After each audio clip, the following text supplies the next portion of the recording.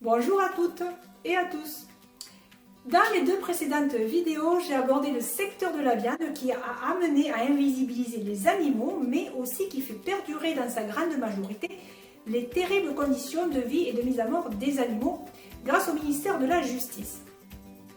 J'ai abordé aussi le déploiement incommensurable de la publicité qui permet à la fois de nous faire déculpabiliser quant à l'achat en viande, mais aussi qui nous amène à être des fidèles consommateurs de viande, et ce d'ailleurs depuis notre enfance. Alors aujourd'hui, j'aborde la façon dont la filière viande s'emploie à redorer son image en mettant tout en œuvre pour rendre son secteur attrayant aux yeux du public.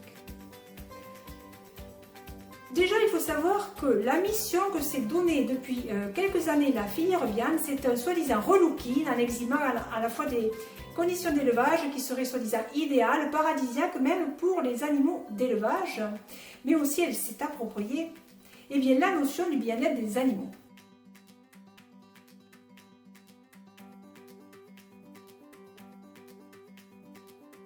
Pour faire entrer dans la tête des citoyens le concept de belles conditions de vie dans les élevages, la filière s'emploie à utiliser un langage qui se veut rassurant grâce à toute une panoplie de termes plus édulcorés les uns que les autres.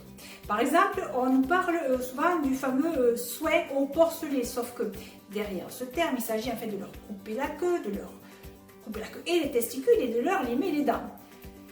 La filière omet juste de préciser que toutes ces manipulations se passent tout simplement sans anesthésie locale. Mais bon, vu que la rentabilité passe avant toute considération pour les animaux, pourquoi irait-il, je dirais, s'embêter à diminuer la douleur de leur marchandise ?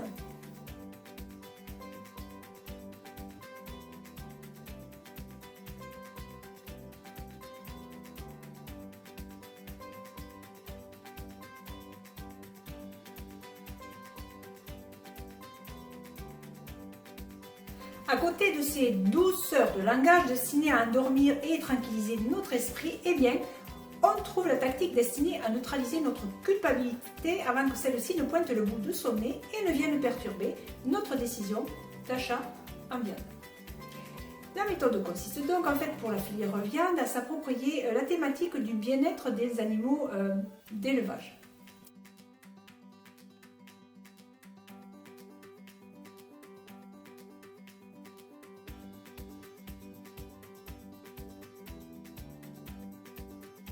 Thématiques sur le soi-disant bien-être des animaux lors des interviews, des reportages ou lors du salon de l'agriculture. Là, évidemment, on a pris des animaux en excellente santé, habitués au contact avec les humains. Ils sont en fait pomponnés, bichonnés et ils brillent de mille feux, manière que nous imaginions des conditions d'élevage à l'image de ces animaux qui sont réservés spécialement en fait que pour cette occasion.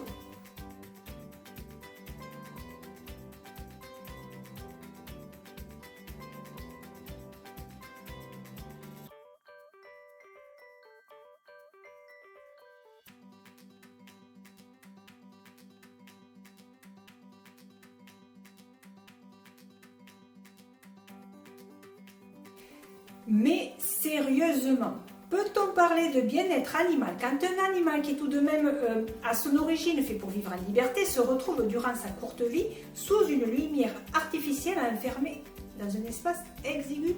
Sans parler des souffrances psychologiques, il y a la réalité malheureusement des souffrances physiques qui sont perpétuelles. Peut-on sérieusement parler de bien-être des animaux dans les élevages quand les avancées contre la maltraitance animale consiste juste à agrandir de quelques centimètres carrés des cages, grâce d'ailleurs à la pression des associations, des pétitions que quelques-uns d'entre nous signent? Et peut-on parler sérieusement de bien-être animal lors de leur mise à mort?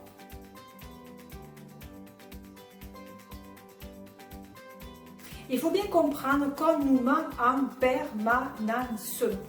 Alors oui, même s'il est vrai que certains petits éleveurs s'occupent bien en fait de leur marchandise animale, il faut bien comprendre encore une fois que si tout allait si bien dans les élevages et les abattoirs, déjà on ne trouverait pas porte close quand on demanderait à visiter un élevage ou un abattoir.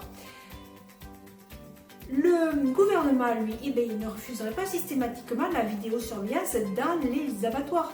Et enfin, la loi ne s'acharnerait pas à sanctionner ceux qui, simplement pour informer le public, sont obligés de filmer en cachette, comme s'ils étaient coupables d'ailleurs d'avoir commis un acte irréparable. En outre, il faut savoir que 62% des élevages français pratiquent l'égorgement des animaux sans étourdissement, tout simplement par pure facilité. Et 80% des élevages français sont des élevages intensifs. Or, on est bien d'accord qu'en élevage intensif, malheureusement, les animaux vivent dans des conditions telles que seule la mort les délivrera de leur terrible souffrance.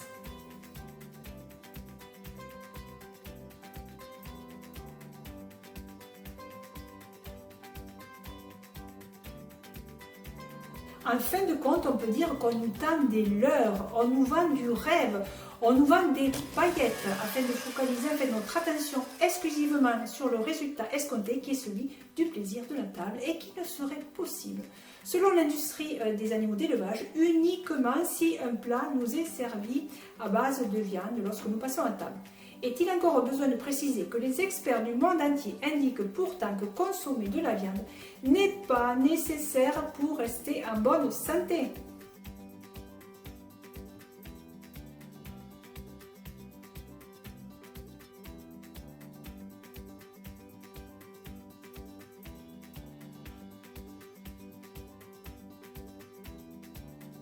Pour résumer ces 3 premières vidéos, eh bien, je dirais que tous ces mensonges permanents de la filière viande sont des stratégies qui leur permettent en fait de bannir de notre esprit la vérité sur la manipulation dont nous sommes victimes depuis notre enfance et ainsi empêcher tout jugement moral de notre part. Nous sommes en fait maintenus dans l'idée que manger des animaux serait logique. Ainsi, nous défendons la consommation de viande comme si cette dernière était légitime. On peut donc dire sans erreur que la filière viande nous vend des mensonges enrobés de paillettes. Et elle est gagnante sur toute la ligne. Voilà pour aujourd'hui. Dans la prochaine vidéo, j'aborde les autres raisons qui nous confortent et nous maintiennent dans nos comportements de consommateurs de viande.